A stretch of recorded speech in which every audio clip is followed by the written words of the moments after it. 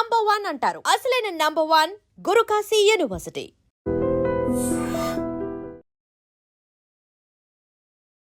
ఈరోజు మనం తిరుపతి జిల్లాలో ఈ సౌండ్ పొల్యూషన్ సంబంధించి గత కొంతకాలంగా స్పెషల్ డ్రైవ్ టేకప్ చేయడం జరిగింది.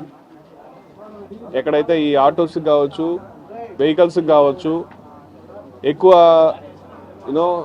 సౌండ్ వచ్చే విధంగా హార్న్స్, బాగా నాయిస్ క్రియేట్ చేసే విధంగా సైలెన్సర్స్ పెట్టుకున్న వెహికల్స్ అన్నింటినీ కూడా మనము సీజ్ చేసి వాటికి సంబంధించినటువంటి ఈ హార్న్స్, ఈ సైరన్స్ అన్నీ కూడా తీయించడం జరిగింది. కొంతకాలం వాళ్ళకి అవగాహన కలిగించేదానికి ప్రయత్నం చేశాము.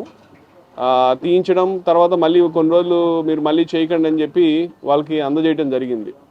సో అలా చేసిన తర్వాత కూడా అప్పటికి చాలామంది ఇంకా వాళ్ళ మార్పు రాకపోవడం ఆ కారణం వల్ల తర్వాత మనము చేసిన ఈ హార్న్స్ అన్నిటినీ కూడా, సైలెన్సర్స్ అన్నీ కూడా రిమూవ్ చేసి ఈరోజు మొత్తం అన్నిటినీ కూడా మనము డెస్ట్రాయ్ చేయడం జరిగింది.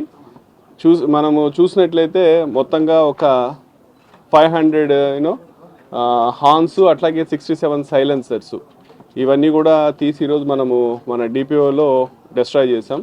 సో మా డిఎస్పి ట్రాఫిక్ చారి గారు వాళ్ళ సిబ్బంది అందరూ కూడా గత కొంతకాలంగా లాస్ట్ 3 months నుంచి కూడా ఇదే డ్రైవ్ చేస్తూ ఉన్నారు. చాలామంది మీద యాక్చువల్గా పెనాల్టీస్ ఇంపోజ్ చేయడం జరిగింది.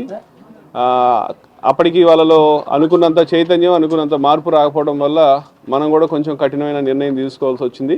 ఈరోజు ఈ విధంగా ఇవన్నీ కూడా పెట్టి చేయడం జరిగింది. సో ఈ సందర్భంగా అందరికీ, వాహనదారులందరికీ కూడా మనం ఇచ్చేటటువంటి సందేశం ఏమిటంటే, మీరు ఇటువంటి లౌడ్ హార్న్స్, సైరన్స్ పెట్టుకొని జనరల్ పబ్లిక్కి ఇబ్బంది కలిగించే విధంగా సౌండ్ పొల్యూషన్ క్రియేట్ చేసే విధంగా చేయకండి.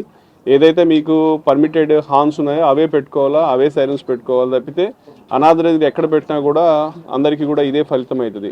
మీరు డబ్బులు పెట్టి వెచ్చించి కొని చేసిన తర్వాత అల్టిమేట్గా వాటి యొక్క ఫేట్ ఇలా ఉన్నప్పుడు దానివల్ల ఉపయోగం లేదు. కాబట్టి మనము సామాజిక దృక్పథంతో ప్రజల యొక్క భావనల్ని, వాళ్ళ మనోభావాలు మనం అర్థం చేసుకొని మనం కూడా బాధ్యతాయుతంగా వ్యవహరించాలా. కాబట్టి అందరు వాహన చోదకులందరికీ కూడా మా తిరుపతి పోలీస్ శాఖ నుంచి వాళ్ళకి విజ్ఞప్తి చేస్తున్నాం, ఇలా చేయకండి, చేస్తే మటుకు వాళ్ళ మీద కఠిన చర్యలు తీసుకుంటా అని చెప్పి తెలియజేయడం జరుగుతూ ఉంది. కరెక్ట్, వాళ్ళని కూడా అమర్చి ఎక్కడెక్కడైతే ఇవి అమ్ముతారో వాళ్ళని కూడా పిలిపించి వాళ్ళకి కూడా కౌన్సిల్ చేస్తాం, వాళ్ళ మీద కూడా బైండ్ ఓవర్ చేస్తాం, వాళ్ళకు కూడా చెప్పి ఇవి అమ్మకుండా ఉండే విధంగా కూడా చర్యలు తీసుకుంటాం. Thank you. బ్యాంక్స్ సంబంధించి మనము నిన్న అందరు కూడా మొత్తం జిల్లా అంతటా కూడా నేను ఆఫీసర్స్ తోటి, మొత్తం బ్యాంక్ అఫీషియల్స్ అందరితోటి కూడా మీటింగ్ పెట్టడం జరిగింది. దీనికి కారణం ఏంటంటే మన అందరికీ తెలిసిన విషయమే, 2 రోజుల క్రితము మనకు హిందూపూర్లో ఒక మేజర్ బ్యాంక్ రాబరీ అయింది. దాంట్లో దాదాపు 11 kgs గోల్డ్ పోవడం జరిగింది. సో దాంతో మనం కూడా అప్రమత్తం అయ్యి మన జిల్లాలో ఉన్నటువంటి బ్యాంక్స్లో కూడా సెక్యూరిటీ ప్రోటోకాల్స్ ఎలా ఉన్నాయి, వాళ్ళ అలార్మ్ సిస్టమ్స్ ఎలా ఉన్నాయి, యాంటీ బర్గ్లరీ సిస్టమ్స్ ఎలా ఉన్నాయి, కెమెరాస్ ఎలా ఉన్నాయి, గార్డ్స్ ఉన్నారా లేదా, లేకపోతే హాట్ లైన్ ఫంక్షన్ చేస్తుందా లేదా, ఈ ఎటువంటి ఒక దరిదాపు 10 అంశాల మీద వాళ్ళందరితోటి చెప్పడం జరిగింది. అందరూ బ్యాంకు సంబంధించిన వాళ్ళందరూ కూడా చాలా సానుకూలంగా స్పందించారు. వాళ్ళందరికీ మనం చెప్పిన ఒకే విషయం, ఎందుకంటే ప్రజలు ఎంతో నమ్మకంతో బ్యాంకుల మీద వాళ్ళు చాలా కష్టపడి సంపాదించుకున్న ధనాన్ని అంతా కూడా డబ్బుని బ్యాంకులో పెట్టుకుంటారు.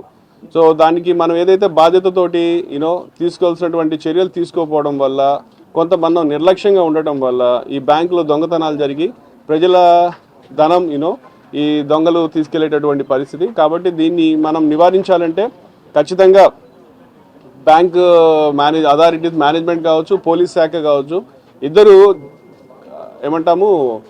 కంబైన్డ్గా కలిపి చేస్తేనే మనం దీన్ని నివారించడానికి వీలవుతుందని.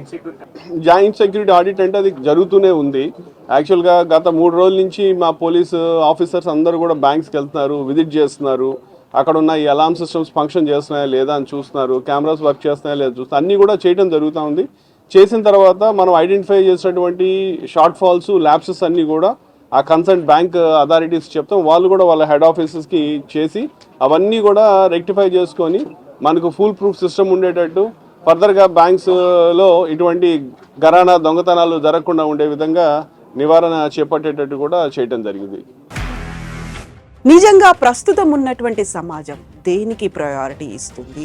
ఆర్థిక సంబంధాల చుట్టూ మాత్రమే తిరుగుతోంది. మళ్ళీ ఎన్నికలంగానే చాలా విరక్తి కలుగుతున్నాం. మంచి అనిపిస్తుంది కదా, లేడీస్ కూడా ఛాలెంజింగ్ జాబ్స్ చేసినప్పుడు చాలా బాగుంటది. ట్రాఫిక్ అసిస్టెంట్స్ గా నియమించిన ట్రాన్స్జెండర్స్ అందరితో సాల్యూట్ చేయించుకుంటున్నారు. ఫుడ్ డెలివరీ ఇవ్వటానికి వెళ్ళినటువంటి డెలివరీ బాయ్ అనిల్ పై కళ్ళ ముందు పెళ్ళండి